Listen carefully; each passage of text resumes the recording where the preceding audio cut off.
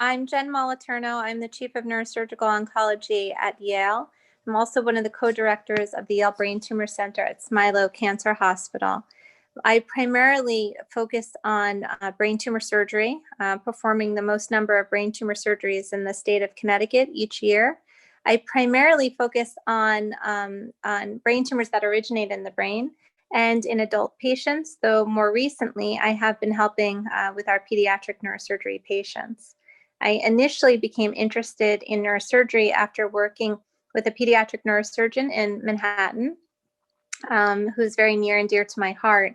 And that was how I started the first of the series of Parker's books. That is amazing. And we have a copy here of one of the originals. And it's just, I think we're both familiar with it, but it's just beautiful just to kind of run through it. And I love the frog's neck bridge. I love it.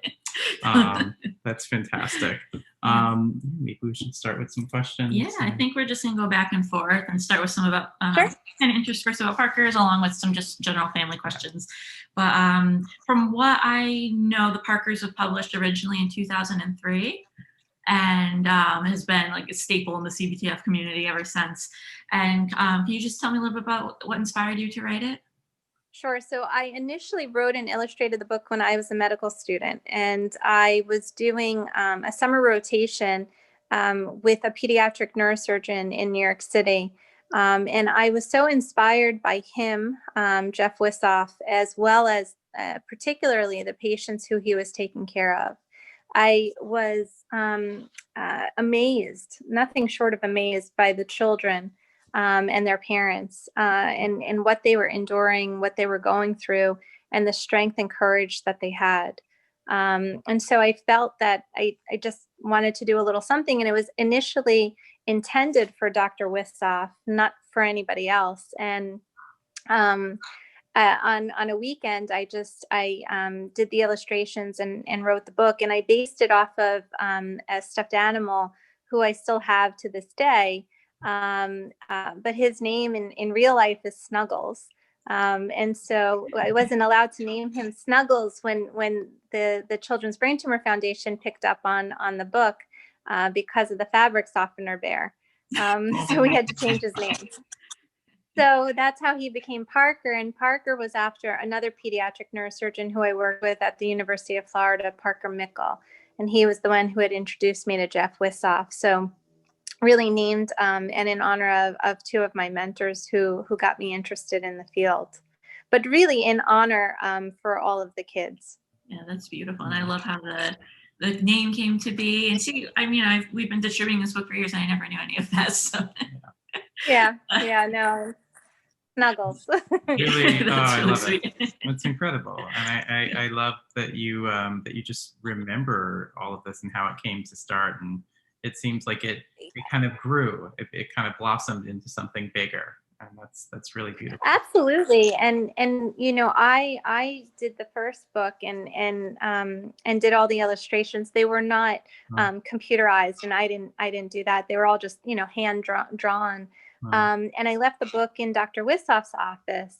And I think that the story was that someone from the Children's Brain Tumor Foundation was in his office, or somehow they saw it or got wind of it and contacted me and asked if, I would be willing to allow them to publish it, which of course, I was thrilled about that, knowing that it could really reach a lot of other children. And it has, and that's just been incredible and so amazing. And it's been great to be a part of that. It's incredible. I love it. I think you answered our next question. How did you kind of come to even better? That's perfect. Next question. Yeah. So, and now, if I remember, maybe about a year ago, you reached out and you said that you wanted to continue the series. We have a copy of the water tube ride right here, and I was just wondering, what inspired you to continue on, and if you can tell us a little bit about Water Tube Ride. So I had always wanted to continue the series. The problem, though, was that I was a medical student. Then the problem became that I was a neurosurgery resident for 7 years. Then I did a fellowship at Sloan Kettering, which was another year. And then I was starting my practice as a neurosurgeon. And so as much as I wanted to sit down and do it again, I just didn't have time. I ended up, so it was always in the back of my mind. But I had an incredibly talented student who worked with me last year, Trisha Gupte.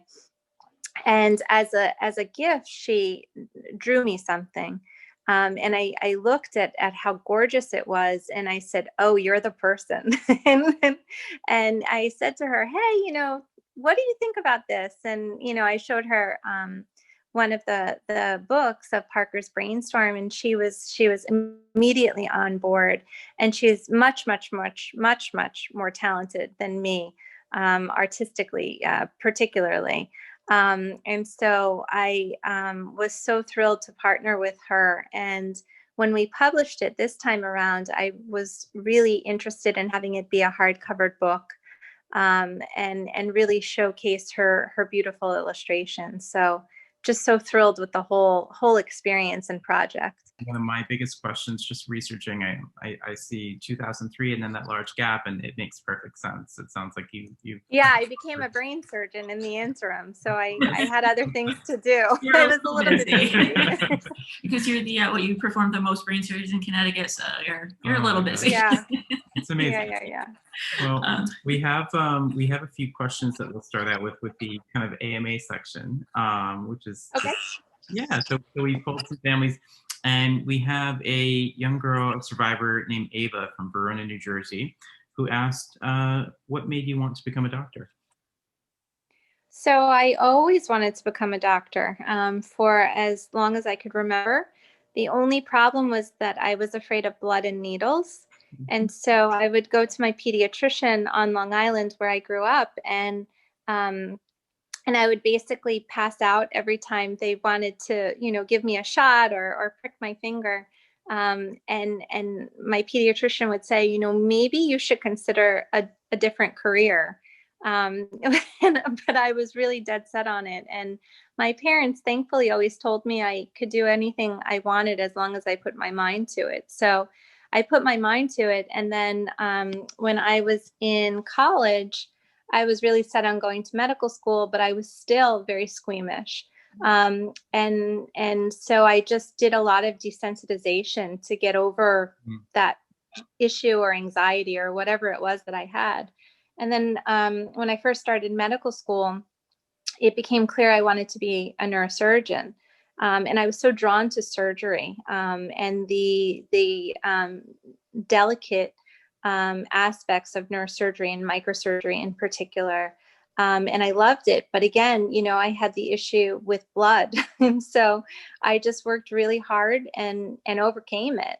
And still to this day, it's funny because I have absolutely no problem in the operating room. But I don't even have problems myself. But if, my husband has to have something done or something, or if he cuts his finger or something like that, it's like everyone knows that I can't look at it. If it's like a family member or something, forget it. I still get a little squeamish.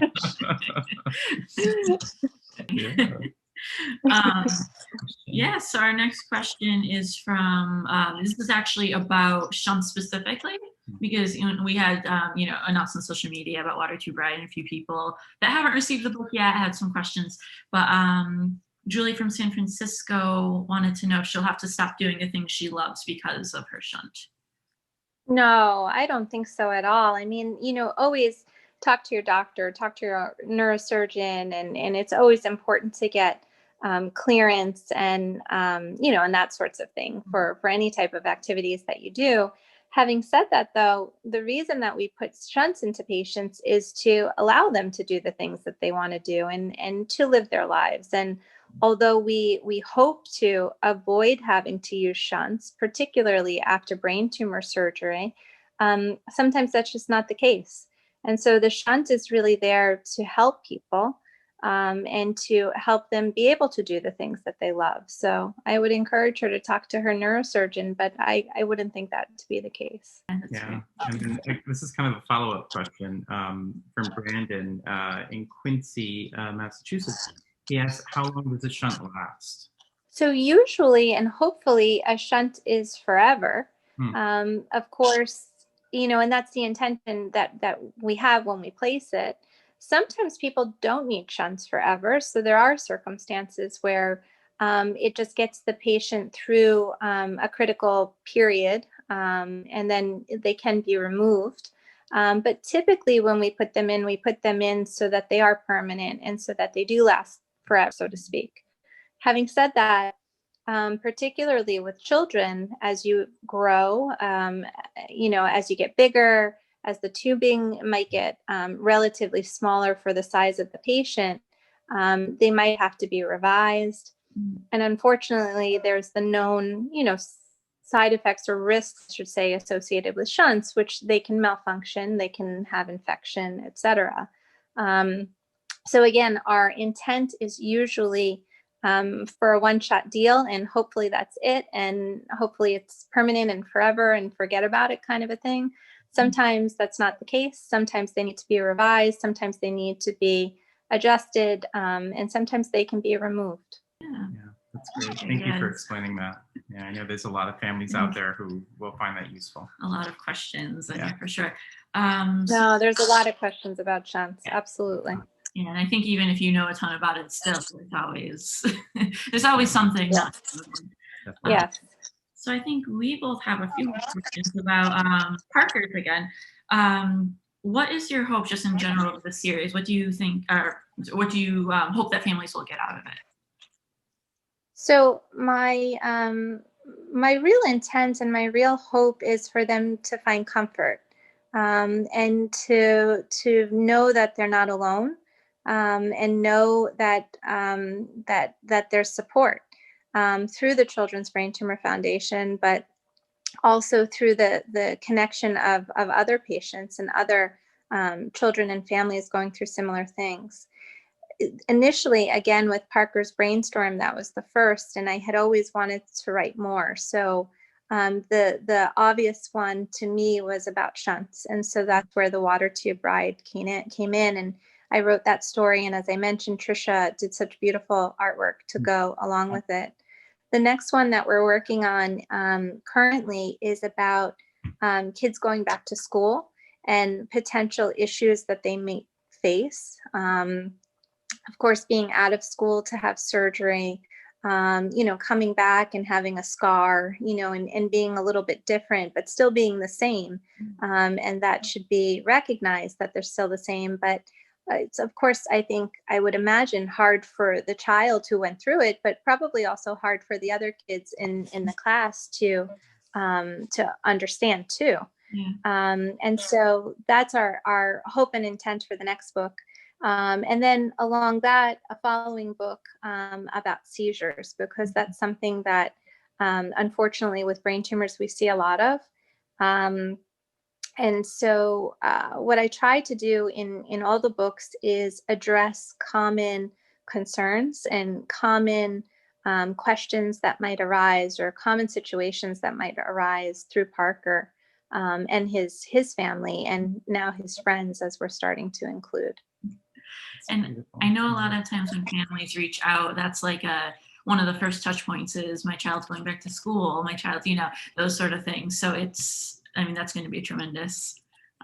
Yeah, I hope so. I mean, again, these are just things that I have thought of myself, but I'm always open to suggestions from patients and their families. Absolutely, whatever we can do, for sure. And it was really helpful for the Water Tube Bride. We had a reading with some kids. That's right. And that led to some great questions and some great suggestions, and that was really useful. And I was very appreciative of that. That's right.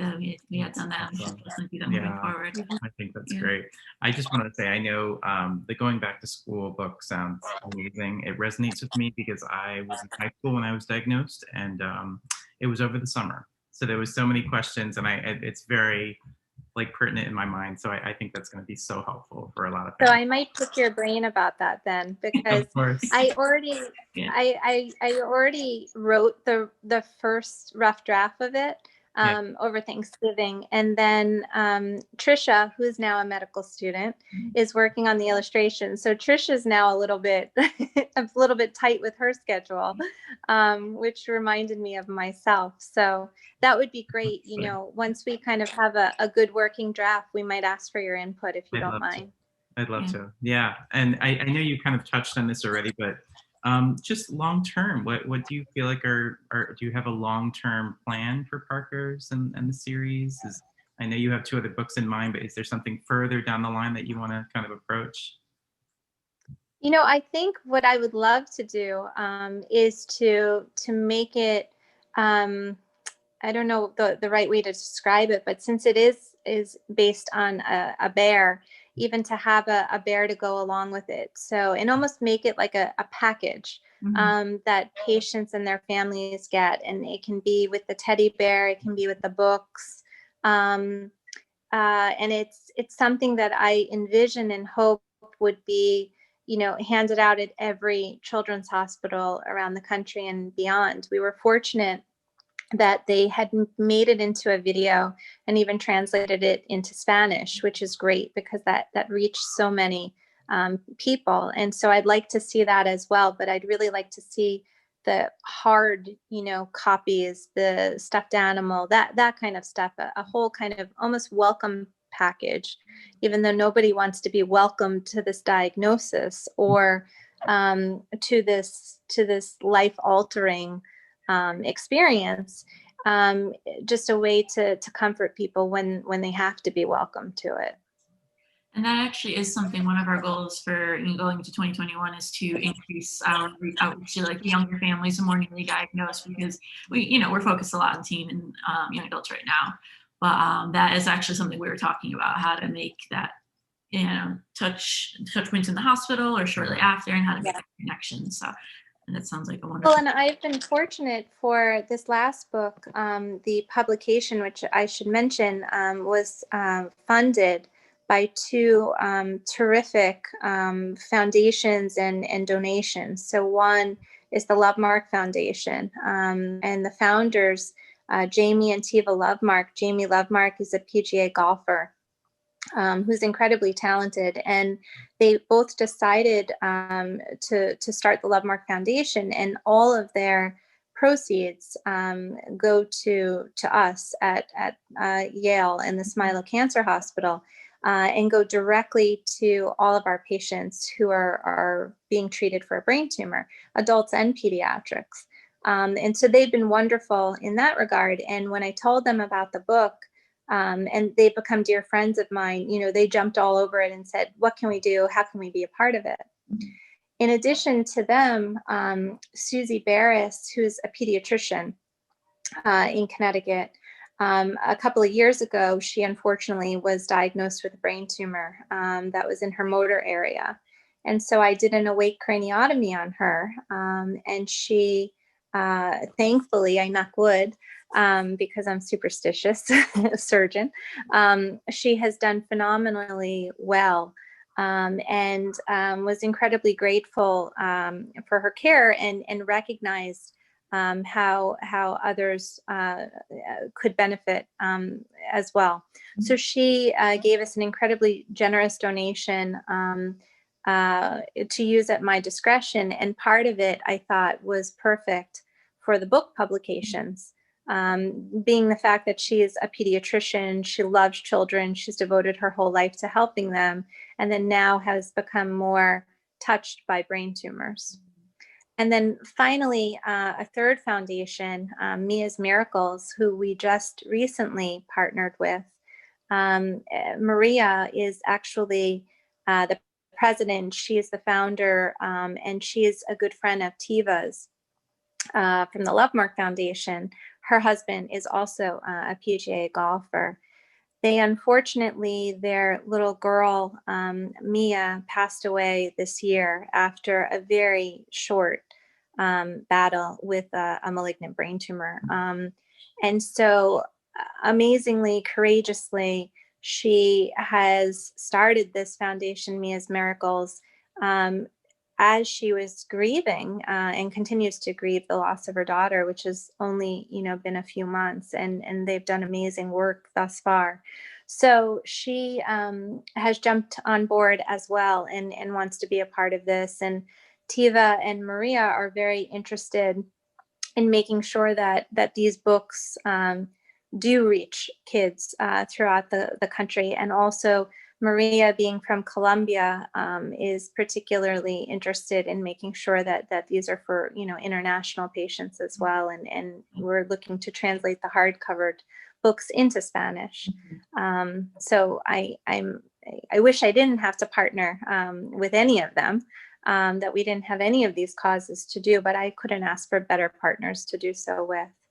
And we're going to have a special character actually in the book about Parker going back to school, a special character in honor of Mia, a little bear who helps Parker and kind of stands up for him. That's beautiful. Yeah. So. Well, thank you for sharing all that. So again, it's just so nice to hear like the background coming right from you, and But, no, I mean it just, everyone really has the intention of just hoping to make the lives a bit easier for these kids and their families, and that's all we're really trying to do with this. And so the more people that we can reach, the better. And I think, the Children's Brain Tumor Foundation has been such an enormous partner in doing that. So I'm super excited about continuing forward. And then, of course, including these other foundations and individuals. Of course. And that actually addressed my next question, was just about, is there anything anybody you would like to think about the series? But if there's anybody else in addition, you think you'd like to give a shout out to? I always want to give a shout out to my family. So my parents, for, as I said, always telling me I could do whatever I wanted if I put my mind to it. And of course, my husband and my son, my 5-year-old son, who is the light of my life. That's beautiful. Awesome. Yeah. Oh, I love it. I'll always take an opportunity to give a shout out to them. Of course. Sometimes they're the ones who we always forget about when we're doing our, but very important. Yeah. We also have just a second set of questions, and these came from some staff members at CBTF. The first one is Regina Karchner, who is CBTF's West Coast Social Worker Coordinator. And she asked, when will there be a Parker's book about chemotherapy? Yeah, actually, so that's on the list. It is. So that is definitely on the list. Yes.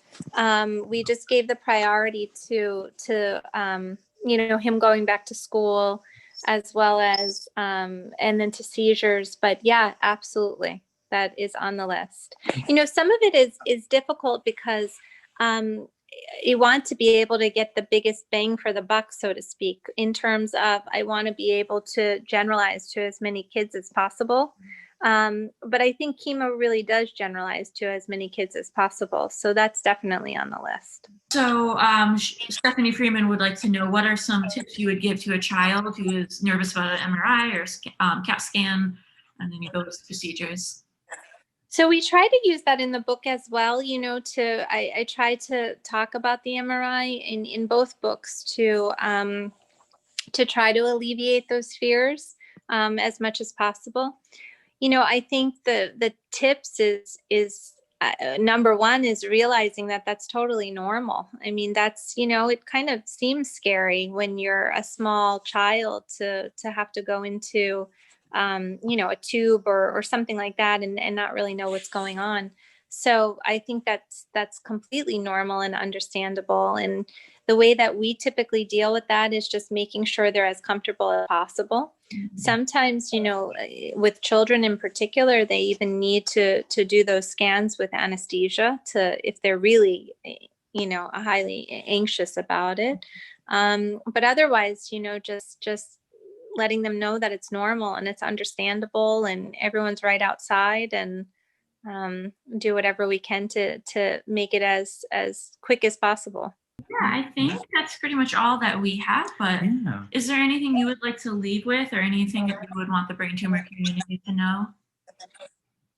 Just how thankful I am. I'm really thankful to you guys for making this possible. You know, this was just literally a little thing that I did and left in somebody's office as a thank you for having a great summer learning about kids and neurosurgery and brain tumors. And it really has turned into a bigger thing, which I'm so appreciative for, because I couldn't have done it without the Children's Brain Tumor Foundation. And then now, as we move forward, it's incredibly exciting to have opportunities to do even more, and to partner with other people to really make this even bigger than what it is, in hopes of helping people. That's beautiful. And we think of it the same as well, that we couldn't do what we do without you and distributing these to our families. And you know, we had, I think Regina referred 40 families to send these Parker's books out to last week. I went into the office, just passing them away. Awesome. So, amazing. So it's really, really a big deal. Right? I know how meaningful they are to families, and I mean it's kind of like a guide. You know, it's kind of everything. It's kind of like the first impressions that people have, like, you know, right. It's an incredible resource, and I know that I'm so happy to hear that there's going to be more down the line. Yeah, thank you for saying that. Thank you. I think that's all we have, unless you have anything else. No. Yeah. I'll tell you, this has been like the best Zoom call I've had in I don't know how long. Let's hear it. Yeah. It's like a nice topic. No, thank you so much, and thank you for doing this and for all that you do. And we're so grateful that we got to share some time with you. Thank you so much. Same here. Thank you so much. Happy holidays. Happy holidays. Take care. Take care. Be well. Right, Goodbye. Bye-bye.